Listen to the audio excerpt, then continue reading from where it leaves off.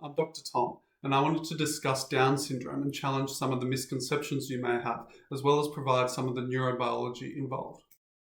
Approximately 1 out of every 7 to 900 births globally, a baby is born with Down syndrome. In Australia, it's around 260 births each year.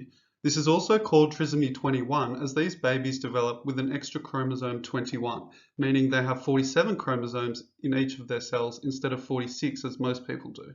Some ways in which Down syndrome can affect someone with the condition include intellectual disability, developmental delay, more dependent in some areas, and have a physical appearance characteristic of the condition. Vision issues such as cataracts, strabismus, and refractory errors are common, as well as many requiring hearing aids. Sleep apnea occurs in 40% of the Down syndrome population, over 10 times more than the general population. They have an increased risk of seizures, heart defects, and hypothyroidism, along with both type 1 and type 2 diabetes, which is 3 to 4 times more common than the general population. Non-disjunction of chromosome 21 is the most common cause of Down syndrome in 95% of cases. However, translocation and mosaicism are other potential causes. Physiological implications can occur at the heart, GI tract, respiratory, immune, endocrine, and musculoskeletal system, and more. Varying levels of learning and intellectual disabilities exist in every person who has Down syndrome, but an important factor in their neurobiology in later years is Alzheimer's disease. Whilst this is rare under 40 years old, the rate increases to over 50% once someone with Down syndrome reaches 60. A link between this and the triplicated amyloid precursor protein gene means Down syndrome people have 3 APP proteins, causing an increase in the generation of amyloid beta peptide, which is neurotoxic. Enlarged endosomes are also found in Alzheimer's and more commonly in Down syndrome patients, which increases the activation of RAB5, which disrupts the synapses as the larger endosomes move much slower. Generous donors have allowed a deeper anatomical understanding of their brain, as post-mortem studies have shown that not only is the weight of their brain less, but also the depth and number of their cerebral sulci was lower. Their ventricles were enlarged and hyperplasia was seen at the brainstem, cerebellum, frontal and temporal lobes. The subcortical structures, which include the limbic brain, pituitary gland, basal ganglia and diencephalon, were preserved. However, they're large in comparison to the other brain regions. Structural brain imaging studies have also revealed that the frontal lobes and cerebellum are quite small in adults. It suggested that the reduction in both grey and white matter in these areas are what contribute to the language and memory impairments. Diagnosis occurs at birth or whilst in the womb. Invasive methods have their risk, as all tests do. However, there are significant ethical implications, as this could cause a mother to terminate her pregnancy in order to avoid birthing a child with Down syndrome.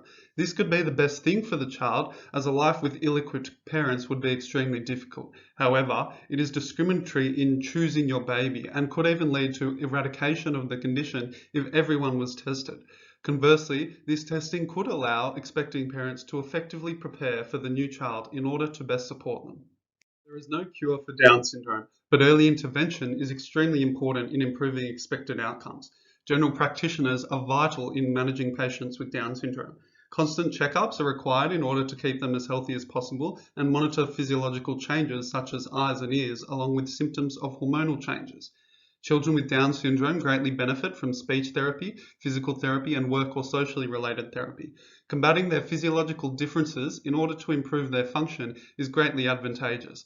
This is important to continue throughout life, as especially during school years, where research into special education and support has shown it greatly improves outcomes linguistically, socially, and emotionally. This support is societal assimilation and can reduce the economic cost of the condition, as individuals are able to meaningfully contribute to the community and develop independence, with evidence that businesses and society thrive with Down syndrome employees. Key to further advancements in how we care for those with Down syndrome is research into improving their longevity. Research has already significantly helped those living with the condition. With the right management and early intervention, they can live very full, rewarding lives, and much longer ones, with their life expectancy rising 45 years, from 15 to 60 since the 1950s.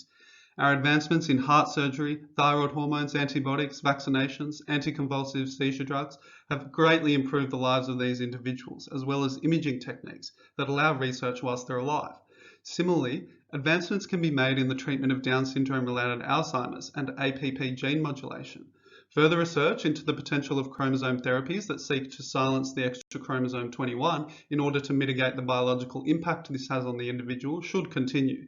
It is many years away and opens a whole new can of worms. However, it is important for people to have options and for us to continue striving to close the gap in life expectancy. We have so much to learn from and for people with Down syndrome, and I wouldn't want to live in a world where it didn't exist, but rather where their outcomes were no different than ours. To learn more about Down syndrome and find resources, support and services available to you, visit www.downsyndrome.org.au.